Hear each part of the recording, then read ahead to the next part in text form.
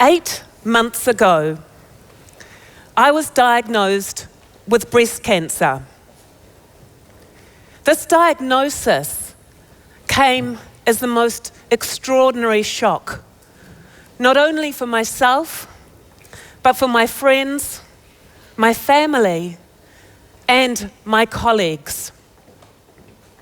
The last 8 months have been an extraordinary roller coaster ride, and one I'm still riding today. I've experienced some of my darkest moments, feelings of despair. I've been confronted by my mortality. And there have been times when I've felt stranded on a tiny island, surrounded by quicksand in every direction. But alongside this, I have also experienced moments of incredible joy, of divine grace, and some of the most incredible moments of kindness from friends, from family, and even from complete strangers. But during this time, perhaps one of the most confronting things for me has not been experiencing the New Zealand health system as a woman with breast cancer, but has in fact been experiencing the New Zealand health system as a partially blind woman with cancer. From the moment I received my letter inviting me to have a mammogram, which I could not read because it was in size 10 font, to the 50 or more appointments I've received over the last few months to see oncologists, radiotherapists, physios, GPs, surgeons, you name it, none of which I have been able to read, right through to the many containers of medication that I have on my bedside table that I could not read but had to administer to myself to ensure that I kept going. When I was 15, I was diagnosed with a sight condition called Stargardt's. Now, it's quite a romantic sounding name, actually, because it means stargazer. Basically, when I look out at all of you here today, you're covered in like a film of beautiful stars and light. You actually look quite gorgeous, all of you today. But when I was told this, that I had this sight condition, I was also told some other things, some of which I was okay with because they were facts, other things, not so keen on. I was told I would not drive. That's okay. I was told I probably wouldn't recognize people's faces. Not always a bad thing. I was told I would never read a book, read the printed word, read letters, and now that we're in the age that we're in, read text on electronic devices. Again, I was okay with all of that. Those were facts. But then people started to tell me about my future. People started to say things like, well, Minnie, partially blind women don't get to have a good job. Partially blind women don't get to earn a good wage, probably won't get married, probably won't have children, probably won't own your own home, and this one, okay, the jury's out on, might die a little bit younger. And I thought, how can this be? I just can't see very well.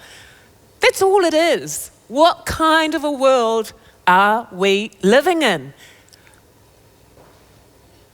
So, being the sort of person I am, I thought, do you know what? I'm not okay with this. I'm going to do something about this.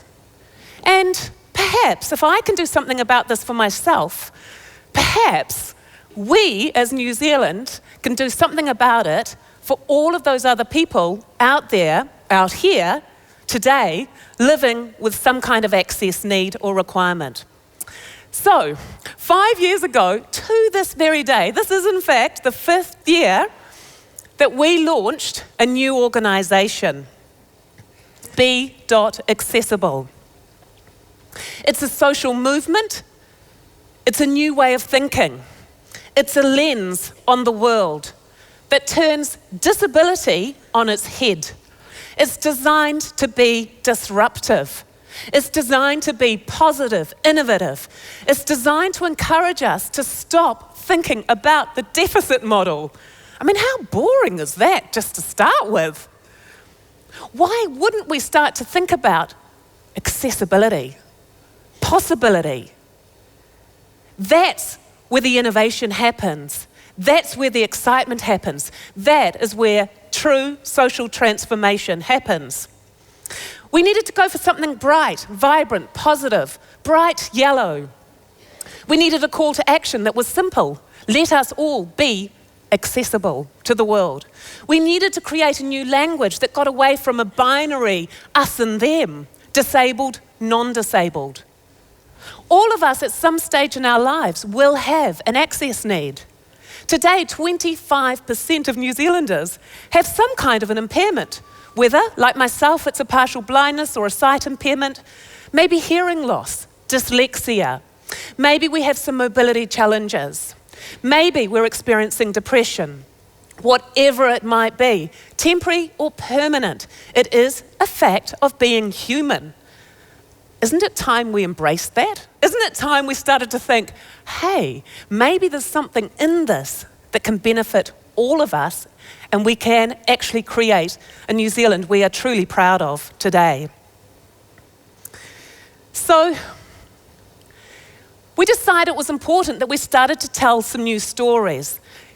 You know, Einstein had this thing he used to say, if you want your children to be intelligent, tell them a story. If you want them to be really intelligent, tell them another story. So, you know, Einstein and I are like this, obviously, so I'm going to tell you a story. I imagine pretty much everyone in the room today has some kind of a device with them that resembles a phone. I don't think I can call them a phone anymore, I'm not sure, but anyway, something phone-esque, shall we say. Well, Alexander Bell was working, one of the communities he was working with when he invented the telephone was in fact the deaf community. He was exploring technologies that could act as amplification systems. Where would we be today without that access innovation? I like this next story. Pellegrino Turi had a lover and she was blind. He wanted her to be able to write letters to him. He invented something called the typewriter, the precursor to the keyboards that now sit within all of the devices that we have here that we use every day of our lives. That is the story of accessibility. That is the story of possibility. That is what being accessible is all about. When we launched B, we knew we had a challenge on our hands. This entrenched deficit model is so ingrained in our society. We knew we had to do something really radical to wake up New Zealand society. We decided, this is so counterintuitive, but it made sense at the time. We decided to launch Be Accessible at the same time as the 2011 Rugby World Cup. You know, when you put two things together that have never been put together before, you create something truly new and exciting. And I believe that's what happened that year. What we realized is we needed to start a different conversation. We needed a conversation that was about economics. Disability often placed in the social services category. We wanted a conversation that talked about something that we like to call the yellow dollar. You'll all know about the green dollar, the pink dollar. Well, welcome, the yellow dollar, the access economy. We knew that thousands upon thousands of visitors would be coming to New Zealand to experience the Rugby World Cup. So our team got together and said to government and the Rugby World Cup team, how are we going to host the thousands of visitors with access needs that will be coming to our shores? Remember, 25% of us have an access need. Over 1 million locally, over 1 billion globally. It's a big market. What we also told them was that baby boomers have the highest rates of impairment. By the time we're 65, 50% of us have at least one impairment. Baby boomers are the fastest growing tourist market in the world, and they have the highest discretionary spend of any group. What if New Zealand became the most accessible tourist destination in the world? That's the conversation we started back in 2011. Today, in Wellington, our little capital city at the bottom of the world, there is a hotel, the CQ Hotel. Now, they have embraced accessibility in a way that we could have only dreamed of. They model what is possible when we commit and decide we truly want to be a fully inclusive organisation, community, country. The GM told me the other day that they have seen a 20% increase in revenue because of the accessibility features that they have included. But for him, that was not the motivation. He did it because it was simply the right thing to do. To this very day, they have sign language menus. So if you're deaf, you can go to the CQ Hotel and order in your own language a meal. I suspect it's the only restaurant, only hotel, perhaps in the Pacific, South Pacific, that does that. How extraordinary is that? All of their front of house staff have learnt sign language, and each day, as part of the team building exercise, they learn another sign. A member of my team was visiting the CQ the other day, and they told her that they had just been contacted by a woman in Scandinavia. She had contacted them and said, I want to come and stay in your hotel there in New Zealand because I am deaf and I understand that you have created the most welcoming hotel possible. That to me is social change. That is powerful. Do you know, one of the reasons I hear most often for not becoming accessible, because I do get it quite a lot, I have to say, it's too expensive. It costs too much. Well, you know, I spent a lot of time in bed over the last 8 months. So as I lay there thinking about all of this, I was confronted by another rather uncomfortable realization. The realization that actually we're paying a cost right now. Why aren't we having a conversation about the cost of not being accessible? What is it costing all of us right now to be excluding people from employment, from health, from community? There are social costs, there are health costs, and there are economic costs. We know that right now, the cost of having people unemployed who could be working, remember I was told I probably wouldn't work, is close to $25 billion.